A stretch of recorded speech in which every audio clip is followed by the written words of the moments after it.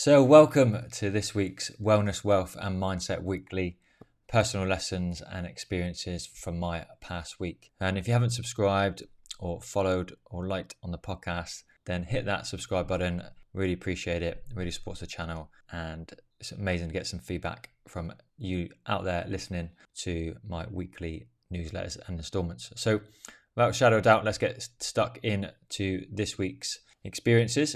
And we'll start off obviously at the beginning of health.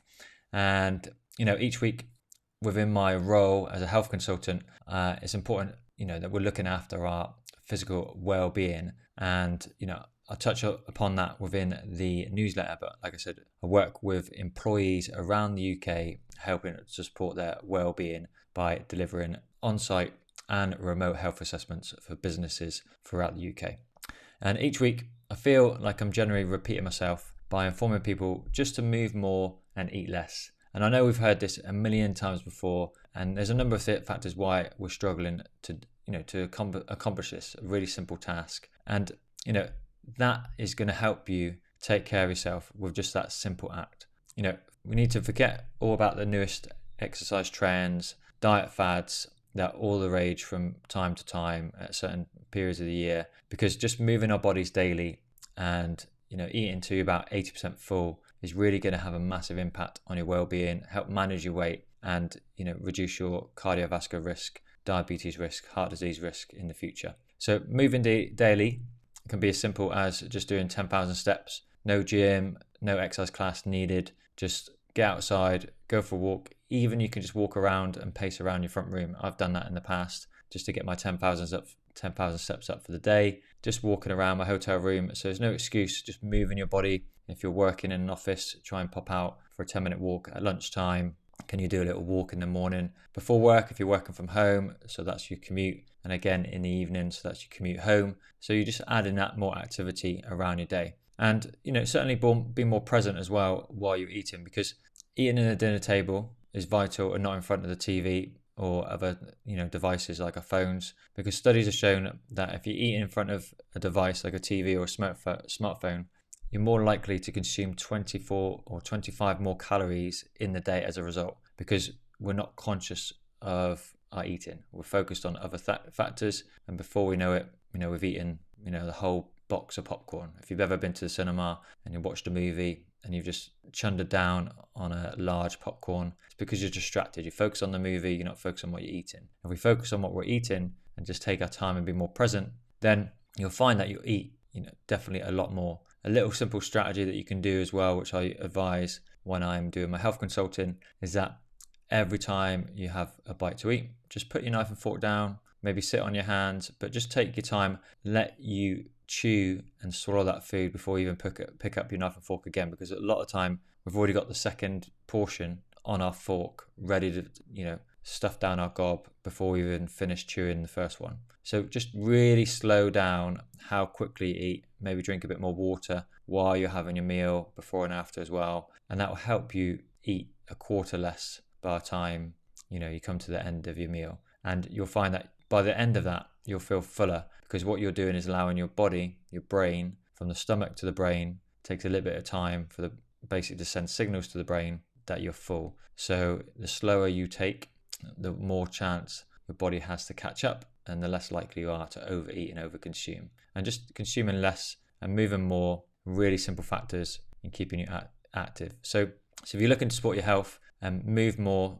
this week, focus on keeping things simple and building on top of better habits that you'll be forming. So don't worry about going to the gym, what diet to do. Just eat a little bit less than what you're eating now and moving more than you're moving at the moment. That is it. As simple as that. And if you're interested in any health consulting work with your company within the UK and around the world, I do support companies with their health and well-being in terms of reducing their sickness and stress within the workplace. So click the link in the show notes or the description to this video, and it will send you to some more information. And if you want to get in touch, then all the details will be on there that you can contact us if you need any more advice and support to help reduce sickness and stress within your workplace. Wealth-wise, unless you've been sleeping under a rock for the past few months, you might be well aware that we're living in a quote-unquote cost of living crisis. And well, I'm not going to discount that prices have increased for all of us. meaning our money does not go and stretch as far as it once did. But I'm also becoming increasingly aware of like the narratives that we're being exposed to in the media, and that might not reflect the whole picture. So just give me a second. So while there are certainly people in society struggling, there's also a big portion of society thriving. And I live in London and I see this all the time. People out spending their hard-earned money on fancy meals, entertainment, and other material items. And at times, I'm one of them too. But what the media focuses on, and I see this regularly, is that it focuses on the people struggling, the people that are facing the hardest of times, and not the wealth that everyone else is enjoying and accumulating. So why is this? Because negative headlines mean more eyes on the story, more attention, and as a result, it holds people in fear of what might be, and slowly, I feel, distances themselves from what is possible to achieve in the world. Rather than going out and grabbing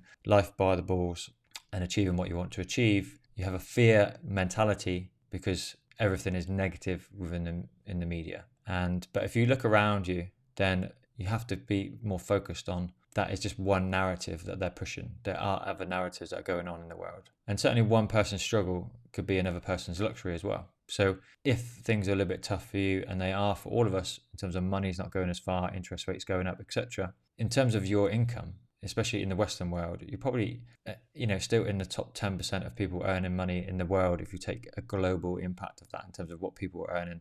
Some people are earning in third world countries like £1 a day. So just have a little bit of perspective. If you've got a roof over your head, you can put food on your plate. Maybe you can't afford those extra bit of luxuries like a holiday, or things are just a little bit tight at the moment. You do have a lot going for you, and I think it's really important to focus on the positives we have and how you can maybe improve that and better your life by getting educated, looking at other ways to improve your income in certain ways, which are multiple ways you can do that now with the internet. And information is at our hands just to access and take action.